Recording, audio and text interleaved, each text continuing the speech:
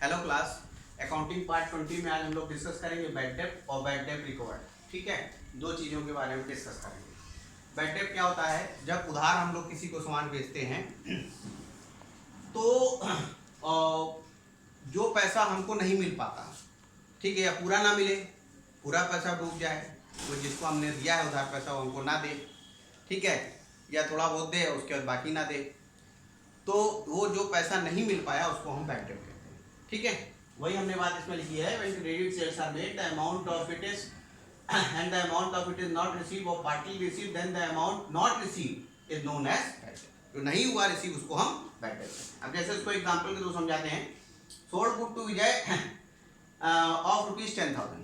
अगर हमने विजय को 10,000 रुपए का सामान बेचा तो, ठीक है, तो इसकी एंट्री हम लोग क्या लिखते हैं?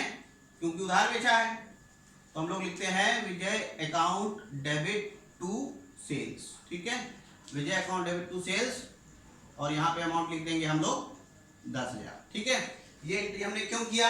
ये एंट्री हमने इसलिए किया क्योंकि विजय पर्सनल अकाउंट है, debit the receiver, Vijay receive किया, टू सेल्स हमारे यहाँ से 10,000 रुपए का सामान गया। ठीक, ये लिख दिया। अगर कैश रिसीव हो गई होती, ठीक है, if cash has been received, तब क्या लिख लेते हैं हम लोग? Cash account debit to Vijay. ठीक है, और अमाउंट यहां क्या कर देते? 10,000। ठीक, मतलब कैश क्या है? Real account debit what comes in, cash हमारे पास आ गई और विजय देने वाला है, क्रेडिट द गिवर हो गया, 10,000 रुपए मिल गया, विजय जितने से डेबिट था उतने से क्रेडिट हो गया, ऐसा खत्म। लेकिन प्रॉब्लम क्या है कि ये एंट्री नहीं हो पाई। ठीक है, ये एंट्री नहीं हो पाई क्योंकि उसने पैसा नहीं दिया। जब पैसा नहीं दिया तो दो स्थितियां हो गई। पहला कारण लेते हैं, if some amount has been received, if some amount has been received, अगर उसने कुछ पैसा दे दिया, मान लीजिए 10,000 में से 2,000 रुपए दे दिया है, तो लिखेंगे हम कैश अकाउंट डेबिट 2,000। दूसरा लिखेंगे bad debt account debit 8,000 to Vijay. कितना हो जाएगा? 10,000। कैश अकाउंट डेबिट, कैश हमारे पास कितना आया? 2,000। बैड डेट कितने का हो गया? 8,000। बैड डेट हमारा लॉस है, डेबिट एक्सपेंसेस 8,000 टू विजय 10।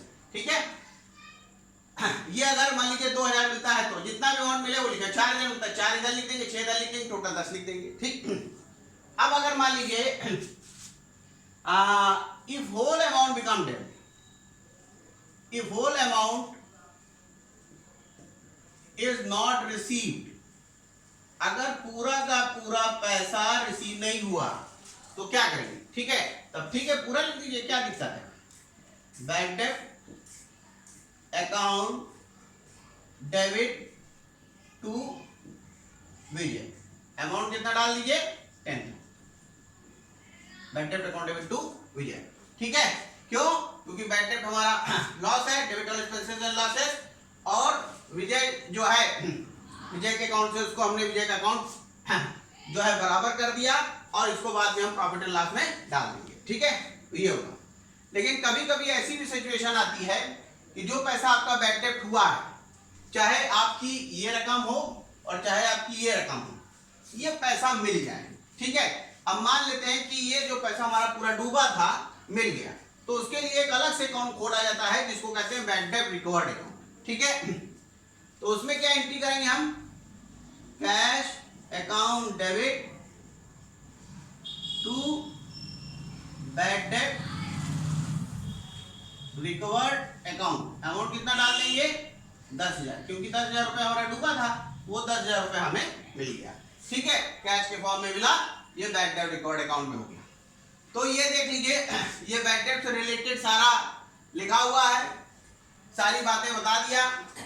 आपने गुड बेचा, अगर कैश रिसीव होता तो ये होता, अगर पूरा पैसा नहीं मिला तो फिर ये एंट्री होगी, पूरा का पूरा डूब गया तो ये होगा, और जब वो डूबा हुआ पैसा वापस मिल जाता है तो फिर ये एंट्री हो जाती है। ठीक है, रियल पर्सनल नॉमिनल के बेसिस पे है, रूल आपको याद हो गए। ठीक है, इसके आगे अब हम नेक्स्ट टाइप की जर्नल एंट्री के ऊपर बात करेंगे। Okay, thank you.